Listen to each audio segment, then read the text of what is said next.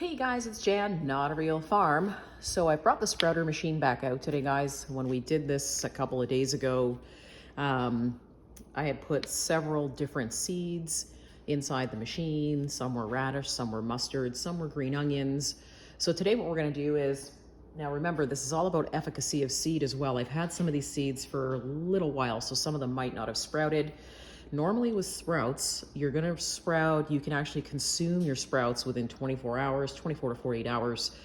But what I did was I left it a little longer to see if we could grab some microgreens from the machine, just strictly using water, and just to take a look and see what the trays themselves look like, and if we actually got any sort of microgreens out of this machine. And I think we did. So this has been running for 3 days. Now remember, it's on a timer, so the timer shuts on and off. So I spritz the seeds every 2 hours for the last 3 days. It's very quiet. There isn't any noise with it. It's actually a great little machine. So we're just gonna pull this out here.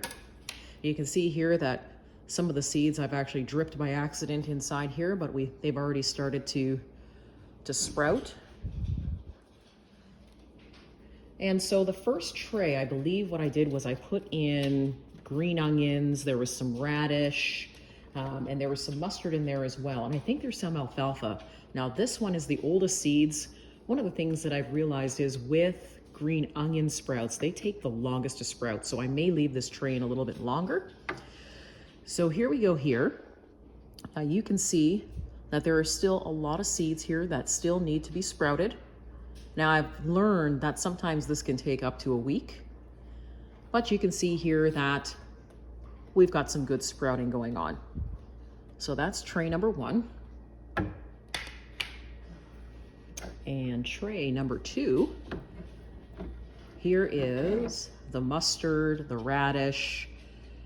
We have some alfalfa in here, but take a look at that, guys. Let me just move the tray down.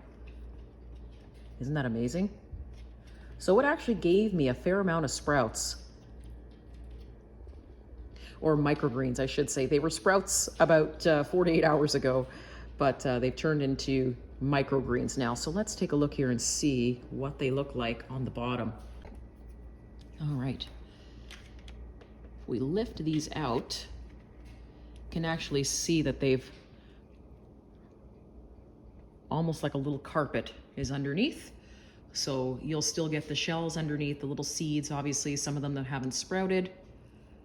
But that is a fair amount. If you take a burger or some pasta or whatever you want to put that on, I mean, that is a fair amount of sprouts. Nice, green, healthy sprouts. Some of them are going to have a little bit of a kick to them because there's radish seeds in here.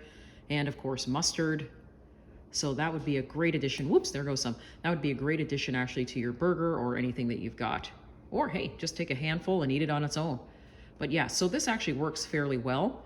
Let me just put these back here because we're going to eat some of these. Actually, I'm going to dump these out on a plate and then we'll actually see how much we got. All right, so let's see here.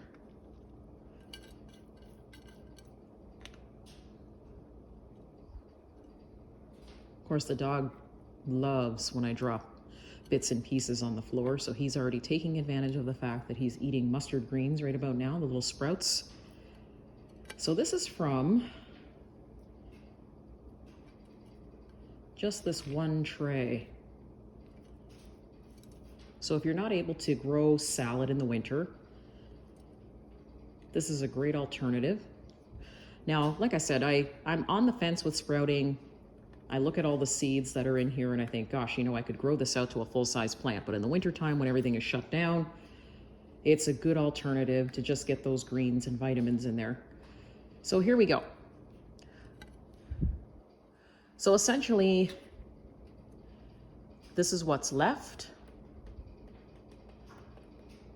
with the seeds in there. And this is what I got out of it. So this is a fair amount of greens that you can put and use in your soups, your salads, whatever you want to do with that. My husband just comes along and actually just eats them by the handful. Make sure that you're always rinsing them too, because once they come out of the machine, they still have to be rinsed before you eat them. But that's only one tray. So let's see what the third tray did here. Okay, let's slide on back here and take this third one out. So this is the third one.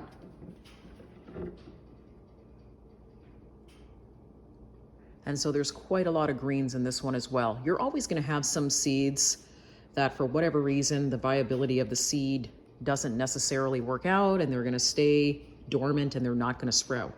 But this is the one that I had the lentil seeds and things in. So this one's done fairly well as well. So we're going to top that and put that on a plate. Let's see what we get out of it. Okay, so this is our sprout plate.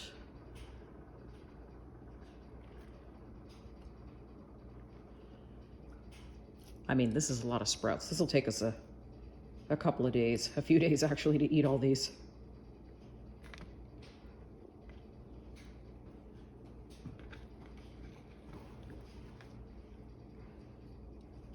Beautiful.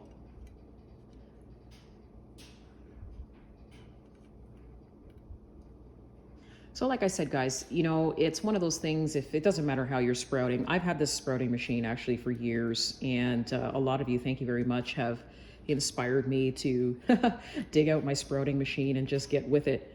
And it does do quite a bit of sprouts. And I would probably think that the jar method and the other kinds of methods probably do just as well. But man, is it ever beautiful to see all that greenery in the winter.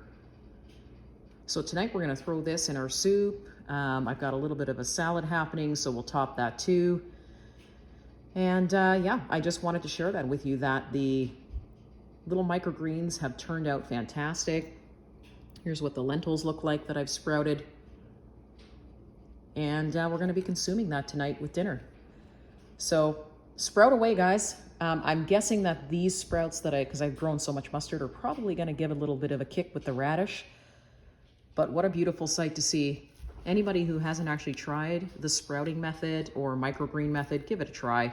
It's a cheap way just to make yourself a salad and get those nutrients in for the winter, especially nowadays where the winter sun is low and we need those extra nutrients.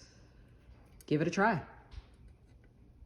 Thanks so much for joining me today, guys. If you have any questions, you know where to find me. Pop the questions below or email me at notarealfarm@yahoo.com. I always want to say .ca, but it's not, it's .com. And feel free to check out our new website at Notarealfarm.ca if you want to take a look at some of the seeds we have available coming up for spring. And of course, always check out our Etsy store at Notarealfarm.etsy.com. Thanks so much, guys. See you soon.